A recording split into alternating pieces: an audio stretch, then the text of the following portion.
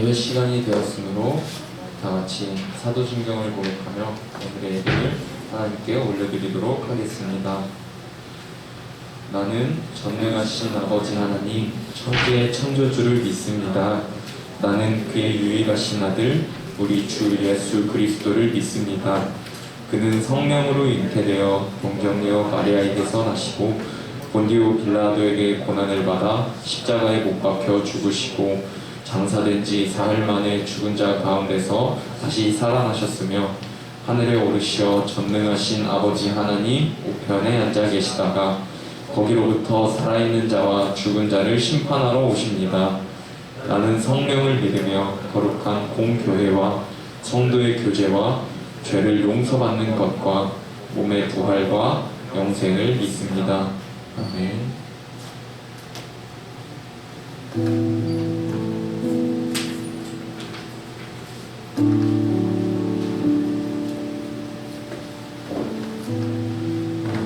네, 여러분 안녕하세요. 오늘의 예배 가운데에서도 함께함이 저에게 기쁨이 되고 또 주께 영광을 돌리는 것이 우리에게 소망이 그리고 또 우리 삶의 고백이 되기를 소망하며 나아가시길 원합니다.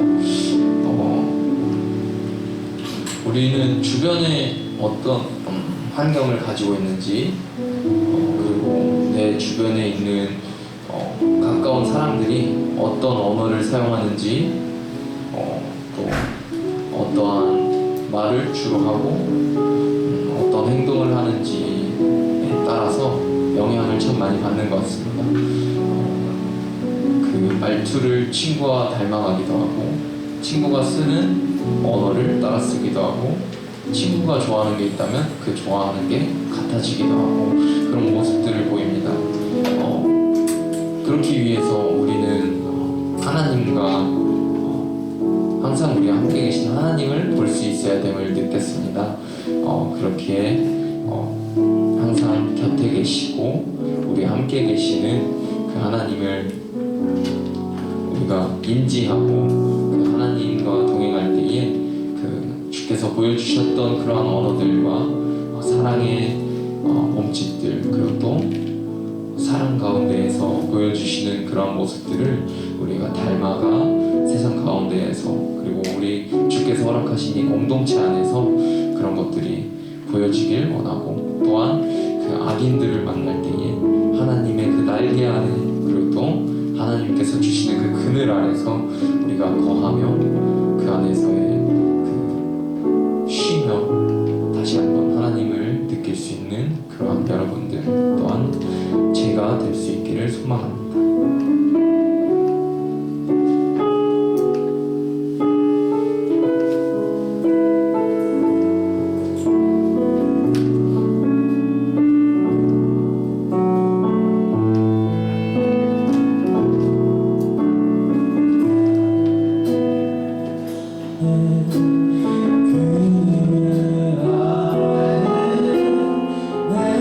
모든 것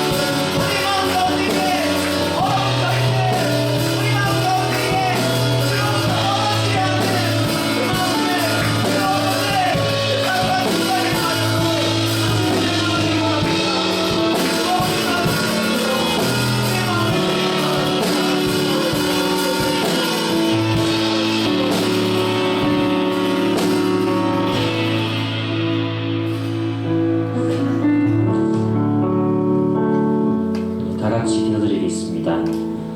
사랑과 은혜로 우리를 채우시는 하나님 아버지, 청년부 모두가 한마음 한뜻으로 주님을 경배하고 예배하기 위해 이 자리에 나오게 해주시니 감사합니다.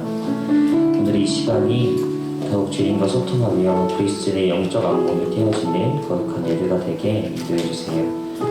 2022년 12월에 예수님께로 돌아와요라는 주제로 예배를 드리며 마음을 품고 나아갑니다.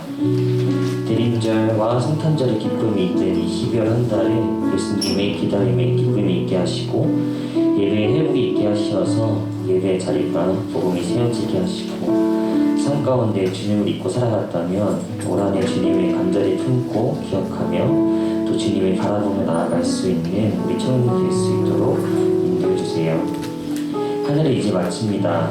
한 해의 마침표를 찍습니다. 이번 한 해 동안 하나님께 감사했던 것들을 기억하며 또 회개한 것들을 고백할 수 있는 한 달이 되게 하셔서 하나님과의 관계를 회복할 수 있는 남은 한 달이 되길 원합니다. 또한 2023년에 새롭게 우리 삶에 계획하시고 계획하신 하나님을 기대하며 이 마침표를 찍게 해주세요. 거룩한 2023년이 되길 간절히 바랍니다. 총회 기간을 가지는 중에 있습니다. 오늘 있을 임시총회와 또 18일에 있을 정기총회를 주님께서 함께하여 주세요. 총회에서 바뀌어질 수칙들의 지혜를 함께 해주시고 우리 청년부가 한마음 한뜻으로 또 올바른 대함을 오가며 기쁨과 새로움에 기대를 하길 원합니다. 18일에는 2023년도를 이끌어갈 새로운 임원들이 선출이 됩니다. 지난주부터 시작된 3주간의 예비 투표 과정과 본 임원 선출 시 온전히 주님께서 주관하여 주시고 주님의 시선으로 영적인 눈으로 이끌어갈 새로운 임원들이 세워지도록 주님의 이래로 순종과 겸손을 행할 수 있는 임원들이 세워지길 간절히 소망합니다. 주님, 한 주 동안 하나님의 자녀로서 바르게 살지 못했던 우리의 삶을 고백합니다. 주님을 갈망하지 않았고 세상을 탐하면서 눈을 돌리며 살았던 우리 모습을 주님께 내려놓으며 회개합니다. 연약하고 간사한 우리를 불쌍히 여겨주세요. 우리의 잘못된 언행과 현실로 하나님께 지었던 모든 죄들을 이 시간 회개합니다. 주님도 말씀을 듣습니다. 설교를 전해주실 최철 목사님 가운데 주님의 능력을 더해주시고 목사님의 입을 통하여서 주님의 말씀이 들려질 때 그 말씀이 우리 마음 깊이 박히기 원하고 또 청년들이 말씀을 힘입어서 말씀 가운데 주시는 은혜를 절대 잊지 않기를 소망합니다. 또 영적으로 지쳐있는 우리 삶 가운데 참된 위로의 말씀으로 다가오기 원합니다. 우리 그 말씀이 삶 가운데 복음이 가득할 수 있도록 함께 해주세요. 예배의 모든 순간을 주님께 온전히 맡기며 내어드립니다. 우리의 삶의 소망이 되시고 주님 되시고 또 아버지 되시는 우리 필요를 가득히 채워주시는 거룩하신 예수님의 이름으로 기도드렸습니다.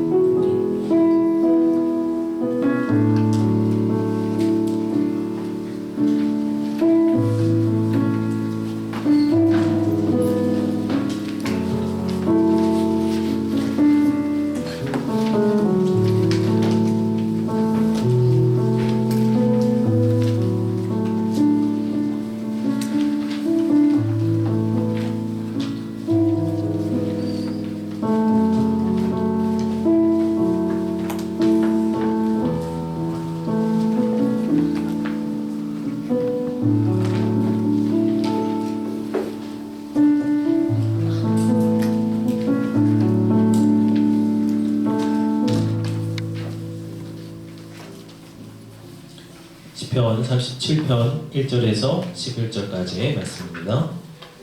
이 시간 하나님의 말씀을 경외하는 마음으로 자리에서 일어나겠습니다.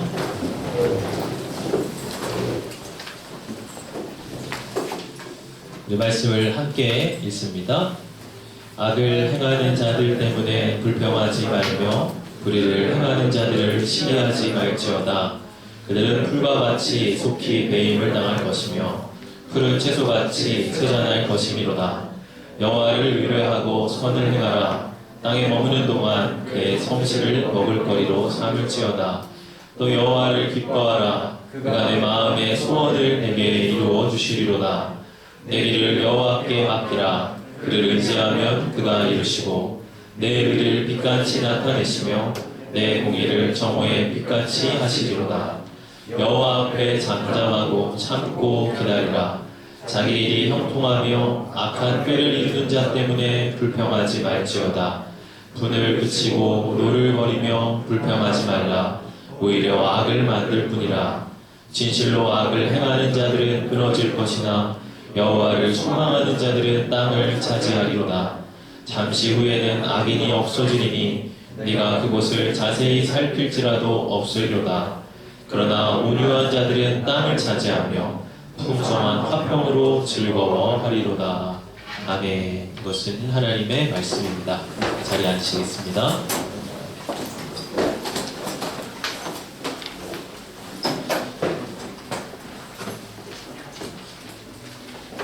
늘 시편 37편의 히브리어 원문을 보면요, 조금 독특한 형태로 되어 있습니다. 모든 이 연이 히브리어 알파벳의 순서로 그렇게 되어 있습니다. 히브리어 알파벳은 총 22글자인데요. 이 시편 37편은 총 40절까지가 이제 있지요. 그래서 두 행을 한 연으로 이렇게 묶고 7절과 20절은 한 행으로 하여서 총 22개의 연이 있습니다. 그리고 각 연이 시작될 때는 이 히브리어 알파벳의 첫 글자인 알렙, 베트, 기멜, 달렙 이러한 순서로 이렇게 되어 있어요. 그러니까 우리로 따지면 가, 나, 다, 라 이렇게 첫 글자가 시작이 되는 것이죠. 이런 시를 일컬어서 답관체라는 용어를 붙입니다. 왜 이러한 스타일로 시를 지었을까요? 성도들이 쉽게 시를 암송할 수 있도록 하기 위함이죠. 그만큼 이 시편 내용 전체를 성도들이 잘 암송하고 또 마음에 새겨야 할 만큼 그러한 중요한 시편이라고 하는 것입니다. 오늘 이 37편의 내용은 의인과 악인의 삶을 대조하고 있죠. 그리고 악인이 이 땅에서 잘 되고 형통한 것처럼 보이지만 그들에게 반드시 심판이 있다. 그러니 의인들아 낙심하지 말고 끝까지 믿음의 삶을 살아라. 그렇게 이제 격려하는 그러한 시편의 내용입니다. 오늘 우리가 이 본문을 통해서 하나님 우리에게 주시는 그 메시지를 내 마음에 잘 새길 수 있는 그런 시간이 되기를 바랍니다. 먼저 1절과 2절의 말씀인데요. 우리 1절, 2절 같이 한 목소리로 읽어보겠습니다. 악을 행하는 자들 때문에 불평하지 말며 불의를 행하는 자들을 시기하지 말지어다. 그들은 풀과 같이 속히 배임을 당할 것이며 푸른 채소같이 쇠잔할 것이미로다. 악을 행하는 자들 때문에 불평하지 말라. 그렇게 말씀하고 있습니다. 우리가 오늘 읽은 이 본문에서만 악인들 때문에 불평하지 말라 하는 이 말이 3번이나 반복돼서 나타나요. 이 1절의 말씀에도 있고요. 또 7절의 말씀을 보면 악한 꾀를 이루는 자 때문에 불평하지 말지어다. 또 8절의 말씀에도 분을 그치고 노를 버리며 불평하지 말라. 이렇게 악인들의 형통 때문에 불평하지 말라 하는 것을 3번이나 반복하고 있다는 것은 뭘 의미하죠? 지금 성도들의 마음이 악인들이 잘 되어지고 형통한 것을 보면서 낙심하고 불평하는 마음이 지금 생기고 있는 그러한 상황이라는 것을 보여줍니다. 악인들, 세상에서 떵떵거리는 자들, 아무리 자기 마음대로 살아도 부요한 자들, 욕심을 부리고 움켜져도 그럴수록 더 부요하고, 또 하나님을 무시하고 하나님과 무관하게 살아도 아무 탈이 없는 그러한 자들이 그들의 현실 속에 그들의 주변에 너무나 많은 거예요. 반대로 하나님을 믿고자 하고 또 하나님 앞에 자기의 삶을 드리고자 하고 또 소망과 인내 가운데에 섬기며 살고자 하는 자들에게는 별반 좋은 일이 생기지 않고 그들의 삶이 형통하지 못하고 그냥 늘 삶이 제자리인 것 같은 그러한 현실에 지금 성도들이 놓여 있는 것입니다. 그러니 그 마음 안에 불평하는 마음과 시기하는 마음들이 일어나게 되는 것이죠. 이러한 어쩌면 비교의식이라 할까요? 이 비교의식이 이 성도들의 마음에 지금 침투해 들어와 있는 상황인 것을 우리가 이 본문을 통해서 충분히 유추해 볼 수가 있습니다. 모든 불행이 비교의식에서 온다고 하죠. 참 우리 사회에도 이 비교의식이 참 팽배합니다. 어떤 통계를 보니까 취업을 준비하는 이 청년들에게 무엇이 가장 준비할 때 힘듭니까? 물어보니까 이미 취업해서 잘 되는 친구들과의 비교의식이 가장 힘들다. 이런 게 1순위로 이렇게 나와 있더라고요. 또 SNS를 많이 하는 사람일수록 불행하다고 하는 것은 이미 잘 알려진 연구 결과죠. 그 역시도 비교의식 때문에 오는 그런 불행의 마음입니다. 그래서 C.S. 루이스라고 하는 이 저술가는 사탄의 가장 강력한 무기가 비교다. 그렇게 말하기도 했습니다. 우리의 삶에 참 많은 비교의식이 있지만 성도들에게 있어 가장 위험한 비교의식은 악인들의 형통을 바라보며 느끼는 비교의식입니다. 왜냐하면 그러한 비교의식이 우리의 신앙생활에 회의감을 느끼게 만들기 때문입니다. 하나님 없이 살아가는 자들이 잘 되어지고 나는 안 되고 그런 현실에 우리의 신앙이 조금씩 갉아먹어지게 되기 때문에 그렇습니다. 오늘 시편 기자는 우리에게 그러한 비교의식을 버리라, 불평을 버리라 그렇게 말씀하고 있어요. 왜 그렇지요? 2절의 말씀과 같이 그들은 곧 풀과 같이 속히 배임을 당하며 푸른 채소와 같이 쇠잔할 것이기 때문이라 말씀하고 있습니다. 이것은 악인들의 유한성을 말하는 것입니다. 풀은 이렇게 낫으로 한번 싹 베면은 금세 없어지죠. 또 푸른 채소도 얼마나 쉽게 시들어 버립니까? 하루만 이렇게 공기 중에 놔둬도 막 푸른 채소였던 것이 쉽게 시들시들해지고 노랗게 변색이 돼요. 그러한 것처럼 악인들도 지금은 막 푸르르고 창창한 것 같지만 그들이 곧 쇠잔해지고 곧 낡아지게 될 것이라 그렇게 말씀하고 있는 것이에요. 이렇게 악인들의 유한성을 이야기하면서 성도가 계속해서 견지해 가야 할 태도를 교훈을 하고 있습니다. 이 3절과 4절, 5절에는 하나님을 향한 우리의 태도가 어떠해야 하는가를 아주 간명하게 세 가지로 탁탁탁 제시를 하고 있어요. 첫째로 3절에 여호와를 의뢰하고 선을 행하라 말씀합니다. 또 4절의 둘째로는 여호와를 기뻐하라 그렇게 말씀하고 있습니다. 또 5절의 셋째로는 내 길을 여호와께 맡겨라 그렇게 말하고 있어요. 그러니까 악인들만을 바라보면서 심판당할 거야, 그들이 끝이 있을 거야 라고 하는 것으로 충분하지 않다고 하는 거예요. 그 악인들을 향한 시선을 거두어서 돌려서 하나님을 향해야 한다는 것입니다. 여러분, 우리가 빛을 켜면 어둠은 물러가게 되어 있습니다. 어둠 자체와 싸울 것이 아니라 빛을 켜면 어둠이 물러가요. 우리가 하나님을 주목하고 하나님께 우리의 시선을 둘 때에 우리의 마음을 어둡게 하는 비교의식이 사라지게 된다고 말씀하는 것이요. 그래서 이 하나님의 선하심을 묵상하는 일이 참 중요합니다. 우리가 비교의식에 빠질 때에 이 하나님의 선하심을 바라보고 묵상해야 돼요. 여러분, 그 하나님이 어떤 하나님입니까? 오늘 이 3절의 말씀을 보면은 그의 성실을 먹을거리로 삼을지어다 그렇게 말씀하고 있어요. 즉 그 하나님은 성실하신 하나님이라 하는 것입니다. 여러분, 하나님은 매일같이 태양이 뜨게 하십니다. 여러분, 하나님은 가을이 가면 겨울이 오게 하시고요. 또 겨울이 지나면 반드시 봄이 오게 하십니다. 하나님이 창조 이래로 이것을 멈추신 적이 없어요. 좀 우리처럼 피곤해, 귀찮아, 오늘 이거는 좀 미루고 내일 해야겠다 이러신 적이 한 번도 없습니다.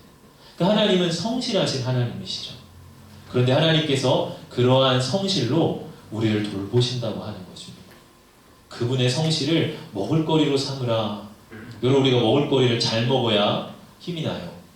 먹을거리를 먹지 않으면 힘이 빠지고 기운이 없습니다. 그런 것처럼 성실하신 하나님을 묵상하라는 거야. 그러면 우리가 지쳐있는 우리가 다시 힘이 생기고 다시 에너지가 생김을 말하는 것이죠. 또 그 하나님은 어떤 하나님입니까? 4절의 말씀을 보면 그분은 네 마음의 소원을 이루어 주신다라고 말씀하고 있습니다. 우리의 마음이 진정으로 바라는 것, 우리의 마음이 진정으로 갈망하는 그것을 하나님은 이루어 주시는 분이라 말씀하고 있죠. 그리고 5절에는 그를 의지할 때 그가 이루신다라고 말씀을 하십니다. 그러니 그 하나님을 신뢰하며 믿음의 길을 계속해서 걸어가라고 말씀하는 것이. 여러분, 우리가 이렇게 믿음으로 살아갈 때에 6절의 말씀 보면 내 의를 빛같이 나타내시며 내 공의를 정오에 빛같이 하시리로다 말씀을 하고 있습니다. 의인들의 삶은 지금은 감추어져 있습니다. 아무도 알아주지 않는 것 같아. 모든 게 무의미하고 헛수고처럼 느껴집니다. 그런데 그 의를 정오의 빛같이 하실 것이라 말씀하고 있어요. 여러분, 한낮의 빛이 얼마나 이렇게 밝습니까? 그러한 것처럼 어두운 데서 행한 그 모든 의가 밝히 드러나고 또 의롭게 그 믿음의 길을 걸어가는 것이 헛수고가 아니라 그게 맞는 거야. 그게 참되고 좋은 길이야 하는 것을 인정받을 그날이 오리라고 하는 것이. 여러분, 다윗은 10년간의 도피 생활을 하게 됐죠. 사울이 혈안이 되어서 이 다윗을 막 죽이려고 쫓아다닙니다. 다윗은 그것을 막 도망을 다녔어요. 어느 날 사울이 이 광야의 한 동굴에 다윗을 쫓다가 혼자서 이제 볼일을 보러 들어온 것입니다. 그런데 때마침 그 동굴 안에는 다윗과 그의 부하들이 있었어요. 그러니까 마음만 먹으면 사울을 쉽게 처단할 수 있는 그런 상황입니다. 그리고 다윗의 부하들조차도 그를 죽이라고 종용을 합니다. 그러나 다윗은 그렇게 하지 않아요. 그것이 하나님이 보시기에 옳지 않다고 그가 생각을 했기 때문입니다. 사무엘상 26장 9절을 보면요, 다윗이 아비새에게 이르되 죽이지 말라. 누구든지 손을 들어 여호와의 기름 부음 받은 자를 치면 죄가 없겠느냐 하고. 여러분, 이게 의입니다. 의라고 하는 것은 하나님이 기뻐하시지 않는 일을 선택하지 않는 거예요. 그게 비록 지금 자기에게 피해가 오고 그게 비록 자기에게 좀 손해가 될지라도 하나님이 기뻐하지 않기에 행하지 않는 것, 선택하지 않는 것이 의예요. 다윗은 그렇게 의를 선택했습니다. 근데 이것은 뭐 누가 알아주지도 않고 그냥 덮여지는 일 같았어요. 그런데 여러분, 후에 다윗이 왕이 될 때에 결국 이 일 때문에 온 이스라엘의 왕이 되는 그런 일이 됩니다. 여러분, 이 다윗 시대에 북쪽 지파와 이 남쪽 지파 간의 갈등이 있었어요. 북쪽 지파는 사울을 막 이렇게 지지했고요. 다윗은 남쪽을 근거로 한 유다 지파의 지지를 받았죠. 만약 다윗이 그때 이 사울을 처단했다면 그는 북쪽 지파의 지지를 얻지 못했을 것입니다. 그러나 그가 왕이 될 때 모든 북쪽의 지파 그리고 이 유다 지파를 포함한 온 이스라엘이 이 다윗을 진정한 왕으로 인정을 하고 추대를 합니다. 그가 아무도 모르게 행했던, 그가 손해보며 행했던 그 의가 대낮과 같이 밝히 드러나고 인정받게 되는 그 날이 오게 된 것이에요. 여러분, 우리가 때로 이렇게 한다고 누가 알아줄까 하는 생각이 우리 안에 들 때가 있습니다. 그러나 하나님은 우리가 신실하게 의의 길을 걸을 때 그것이 드러나게 하시고 빛나게 하시고 인정해 주신다고 하는 것입니다. 제가 한번 어떤 글에서 이 미국의 이 신문에 실린 한 부고의 기사 이야기를 읽은 적이 있습니다. 이 장래 부고 기사가 이런 신문 기사가 실렸습니다. 오늘은 친절했던 한 수리공의 장례식이 있었습니다. 세상을 움직이고 뒤흔든 유명 인사가 아닙니다. 평생 한결같이 성실함으로 행복하게 살아온 79세 가전제품 수리공이었습니다. 하지만 그가 일했던 회사의 사장은 이렇게 말했습니다. 그가 하던 일의 절반은 사람들 집에서 망가진 가전제품을 고치는 것이었고 나머지 절반은 어려움 당한 이들의 삶을 고치는 것이었습니다. 그래서 삶에 어려움이 있는 많은 이들은 가전제품이 망가졌다는 핑계로 언제나 그 사람을 보내달라고 요청했습니다. 그는 매우 밝고 매우 친절하며 언제나 사람들의 도움이 되는 말을 해주었습니다. 이런 기사. 그러니까 평생을 가전제품 수리공으로 살았던 그 사람, 그러나 어느 가정을 가도 그 집에 있는 사람을 친절하게 대하고 때로 아픔에 있는 사람을 위로해줬던 이 사람이 이렇게 밝게 인정받고 이렇게 사람들에게 칭찬을 받는 그런 기사입니다. 여러분, 우리가 이 믿음의 길을 걸을 때 모든 것이 헛수고라 그런 마음이 느껴질 때가 있습니다. 내가 이렇게 내 자신을 바로 세우려고 몸부림쳐봐도 뭐가 달라지나. 내가 이렇게 주님을 추구하고 기도의 생활을 가꾸기 위해서 내가 헌신한다고 해서 무슨 내 삶의 변화가 있을까? 내가 때로 참고 인내하면서 섬김의 삶을 살아간다 한들 누가 그것을 알아주기나 할까? 그러한 마음이 여러분 들 때가 있어요. 그냥 나도 막 살면은 그게 더 편하지 않을까? 그런 생각이 들 때가 있어요. 그럴 때 여러분 우리는 시선을 돌려서 하나님의 선하심을 바라봐야 합니다. 하나님의 약속을 우리는 붙들어야 합니다. 그분의 이 약속 안에서 우리의 수고는 결코 헛되지 않는다고 하는 것이에요. 어느 책에서 희망을 표현하고 이렇게 표현하더라고요. 삶에 희망이 있다는 말은 앞으로 좋은 일만 있을 것이라는 뜻이 아니라 우리의 지난 시간이 헛된 것이 아니라는 뜻이다. 여러분, 우리에게 그래서 주님이 희망이 되십니다. 우리의 모든 수고와 우리의 믿음의 걸음을 주님은 결코 그냥 좌시하지 않으시고 갚아주시고 우리의 삶을 인정해 주시는 주님이시라 하는 것이. 그러하기에 우리의 모든 비교의식을 떨치기 위해서 우리는 그 주님께 우리의 시선을 고정을 해야 하는 것입니다. 오늘 이 시인은 계속해서 우리의 권면하기를 7절의 말씀에 여호와 앞에 잠잠하고 참고 기다리라 그렇게 말을 하고 있어요. 이 하나님 앞에 머무르면서 우리의 마음을 고요케 하고 잠잠케 하는 일이 참 중요하다라고 말하고 있습니다. 여러분, 이 시편에는 잠잠하라 하는 말이 빈번하게 반복이 됩니다. 그러니까 하나님 앞에서 우리의 영혼을 잠잠케 하고 고요케 하는 일이 참 중요하다고 하는 것이에요. 때로 악한 자들의 그러한 일들로 인해서 분이 나고 노가 일어나도 불평하지 말라고 말씀합니다. 그것이 도리어 악을 만들 뿐이라고 말을 하고 있어요.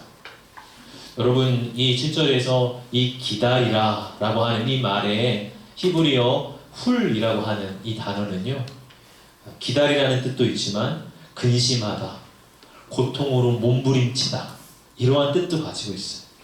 그러니까 기다리라고 하는 것이 그냥 편안하게 앉아서 기다리라 지금 그런 의미가 아니라 때로 고통이 되고 때로 막 근심이 되고 때로 슬픔으로 막 이 슬픔을 막 삼키면서 기다리는 그러한 자세를 말을 하고 있는 것이에요. 여러분, 이 잠잠한 호수에 돌을 던지면 그 표면이 다 깨져버리죠. 그런 것처럼 세상에 대한 비판, 악한 자들 때문에 일어나는 분노, 또 세상에 막 형통한 자들을 바라볼 때 우리 안에 일어나는 그러한 비교의식, 그것들이 마치도 돌처럼 우리의 마음의 호수로 날아와서 잠잠한 이 마음을 깨트립니다. 믿음의 잠잠함을 깨트리게 되는 것이죠. 여러분, 호수가 이렇게 잠잠하면 거기에는 이 하늘이 선명하게 비칩니다. 그런데 돌이 날아와서 이 표면을 깨트리면 그 하늘의 형상이 다 일그러지고 깨어지게 되죠. 여러분, 우리의 마음의 호수도 그와 같아요. 믿음으로 하나님 앞에 잠잠하면 우리의 마음에 하나님이 비칩니다. 예수님의 얼굴이 선명하게 비추어져요. 그런데 때로 이 세상의 악함과 또 우리의 마음에 일어나는 비판과 분노 때문에 그것이 깨어집니다. 우리의 잠잠함이 깨어지고 그러면 주님이 보이지가 않아요. 우리가 여호와 앞에 우리의 마음을 잠잠케 하고 참으며 기다리는 일이 중요하다고 하는 것이. 여러분, 이렇게 우리가 우리의 믿음의 잠잠함을 지켜가기 위해서 우리가 어떻게 해야 될까? 오늘 이 성경은 우리에게 종말을 묵상하는 자세가 필요하다고 말씀하고 있어요. 여러분, 9절의 말씀을 보십시오. 진실로 악을 행하는 자들은 끊어질 것이나 여호와를 소망하는 자들은 땅을 차지하리로다 말씀합니다. 여호와를 소망하는 자들은 땅을 차지하리로다 라고 말씀하고 있어요. 여러분, 시편 37편 전체를 보면 땅을 차지하리라 하는 이 말이 4번이나 반복이 돼요. 5번이 반복이 돼요. 9절, 11절, 뒤에 22절, 29절, 34절 계속 반복이 돼요. 이 시편 37편 전체를 이끌어가는 사상이 이 땅을 차지하리라고 하는 이 약속입니다. 여러분, 하나님께서 아브라함에게 네가 땅을 차지할 것이라 그렇게 약속하셨죠. 그리고 계속 그것을 약속을 확언해 주십니다. 그만큼 땅을 얻는 일이 중요한 소중한 것이에요. 여러분, 이스라엘 백성들은 바벨론 포로로 끌려가서 땅을 잃었던 경험이 있습니다. 타향살이를 했던 경험이 있습니다. 그 시간 속에서 자기 땅에서 살아간다는 것이 얼마나 소중한 것인가를 그들은 몸소 깊이 체험했습니다. 그러한 백성들에게 하나님은 하나님을 소망하는 자들은 땅을 차지하리라 그렇게 약속하고 계신 것이. 여러분, 이것은 우리에게 이 땅에서의 그 땅을 차지하리라 하는 약속은 아니죠. 우리는 이 땅에서는 나그네와 같은 삶을 살아갑니다.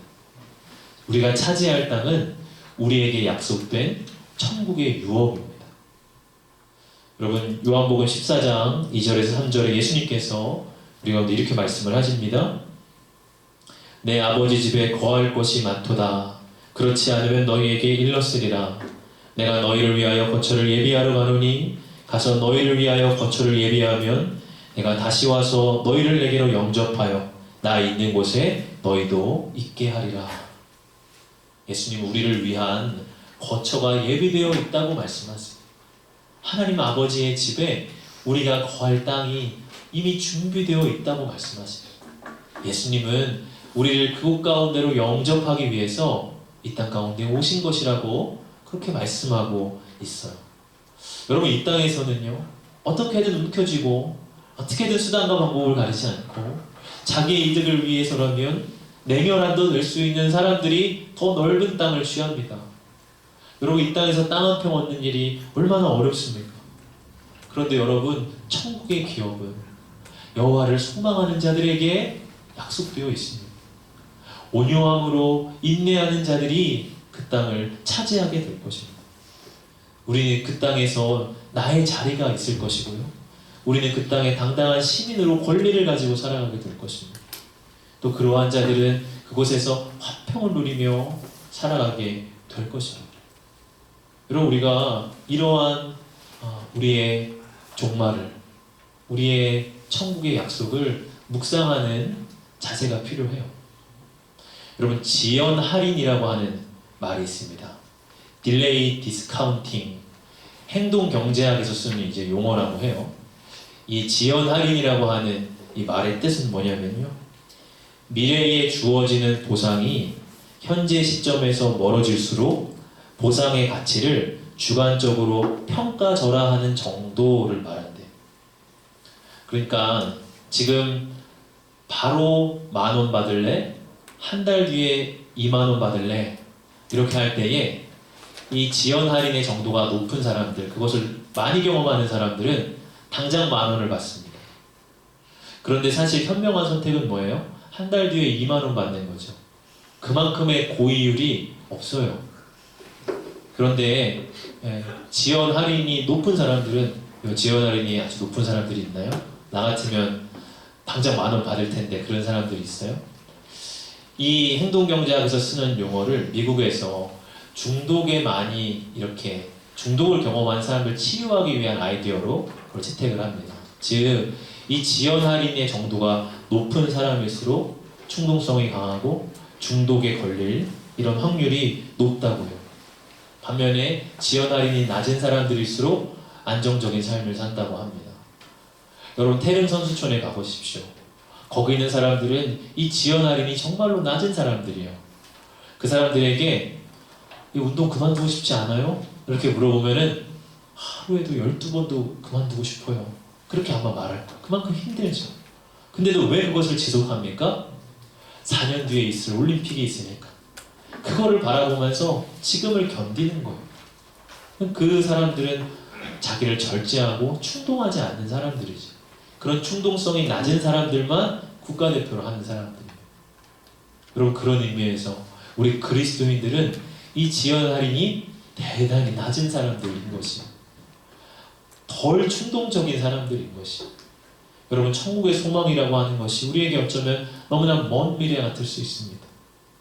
그러나 우리는 그 천국의 소망을 마치 오늘의 가치처럼 우리는 붙들고 살아가요. 여러분 우리가 이 현실에만 눈을 돌려서 살아갈 때 우리가 막 지칩니다. 힘이 듭니다. 그럴 때마다 우리가 우리의 눈을 들어서 우리에게 약속하신 이 천국의 달콤함을 우리는 묵상하는 것이 마치 우리가 당이 떨어지면 그런 노래도 있죠. 초콜릿 한 조각을 꺼내가지고 막 먹듯이 영혼의 당이 떨어지면 우리에게 약속된 이 종말의 놀라운 약속을 우리가 묵상하는 거예요. 그럼 그 천국의 달콤함의 한 조각이 성령님께서 우리에게 먹여주시고 우리가 다시 힘을 내게 하시고 소망을 갖게 하시는 거예요. 그런 종말을 묵상하는 자세로 우리는 살아가는 것입니다. C.S. 루이스는 순전한 기독교라는 책에서 이렇게 말을 하고 있어요. 역사를 더듬어 보면 이 세상을 위해 가장 많이 일한 그리스도인들은 다음 세상에 대해 가장 많이 생각했던 이들이었다. 그들의 마음이 천국에 사로잡혀 있었기 때문이다. 그들의 마음이 천국에 사로잡혀 있었기 때문에 그러나 대부분의 그리스도인이 다음 세상에 대해 더는 생각하지 않게 되면서 기독교는 세상에서 힘을 잃고 말았다. 천국에 대해서 많이 묵상하는 자일수록 이 땅에 하나님의 많은 일들을 감당하게 된다라고 말을 하고 있습니다. 사랑하는 여러분, 혹시 내 마음에 불평하는 마음이 드십니까? 혹시 내 마음에 막 세상을 향한 부러워하고 시기하는 비교의식이 있습니까? 교회 안 다녀도 남 부러울 것 없는 직장 다니며 잘 사는 사람들을 보면서 내 마음에 은근한 피해의식이 여러분 가진 분들 있습니까? 하나님의 선하심을 묵상하십시오. 여러분 혹시 이 악한 세상을 막 비판하면서 분노로 내 마음이 채워진 분들 있습니까? 아니 왜 꼭 저렇게 자격 없는 사람들이 사장이 되는 거야? 아니 왜 저렇게 무자격한 사람들이 세상의 정치인들이 되고 세상의 높은 자리를 다 취하는 거야? 이게 나라냐? 하면서 막 세상을 보며 비판하고 그 분노가 이 내 마음의 이 잠잠한 호수를 막 깨트리고 일그러뜨리는 분들이 있습니까? 여러분 눈을 들어서 이 땅이 아니라 우리에게 약속된 그 종말을 묵상하고 바라보십시오. 여러분 특별히 지금 대림절 기간을 우리가 보내고 있잖아요. 이 대림절은 이 땅에 오셨던 예수님을 기억하는 절기죠. 또한 이 대림절은 그냥 2000년 전에 오셨던 예수님만을 기억하는 것이 아니라 우리에게 다시 오시기로 약속하신 그 예수님을 묵상하는 기다리는 절기가 또한 이 대림절이기도 합니다. 종말의 그날을 묵상하고 기다리는 이 절기를 우리가 보내고 있는 것이 그날이 될 때 하나님의 모든 선한 약속이 우리 가운데에 이루어지게 될 것입니다. 오늘 말씀을 마무리하면서 이 미국의 이 구약 성서학자인 이 월터 브루그만이라고 하는 이 학자가 이 대림절을 소망하며 한 이 기도를 여러분에게 소개해드리고 싶어요. 한번 여러분 들어보십시오. 우리 내면 가장 깊은 곳에는 당신이 오시기를 바라는 갈망이 있습니다. 하지만 반복되는 절망과 기다림 속에서 우리는 당신이 정말 오시는지 의심합니다. 하지만 지금 우리는 이 특별한 장소에서 우리보다 더 간절하게 당신을 바라는 사람들과 우리보다 더 끔찍한 절망을 겪은 사람들 가운데 있습니다. 대림절을 맞이한 당신의 교회와 자녀를 굽어 살피소서. 이 희망의 계절, 우리는 너무나도 쉽게 지칩니다. 이 기다림의 계절, 우리의 분쟁과 다툼은 멈추지 않고 있습니다. 우리의 머리부터 발끝까지 오로지 당신께 집중하면서 기다릴 수 있도록 담담한 은총과 초조한 마음을 주소서. 당신을 기다리다 우리가 스스로 우리를 파괴하지 않을까 불안합니다. 당신의 강한 능력으로 우리에게 오소서. 당신의 약함과 겸손함으로 우리에게 오소서. 모든 순간 가운데 오셔서 만물을 새롭게 하소서. 여러분 이 시간 우리 같이 찬양하며 이 말씀을 되새기길 원합니다.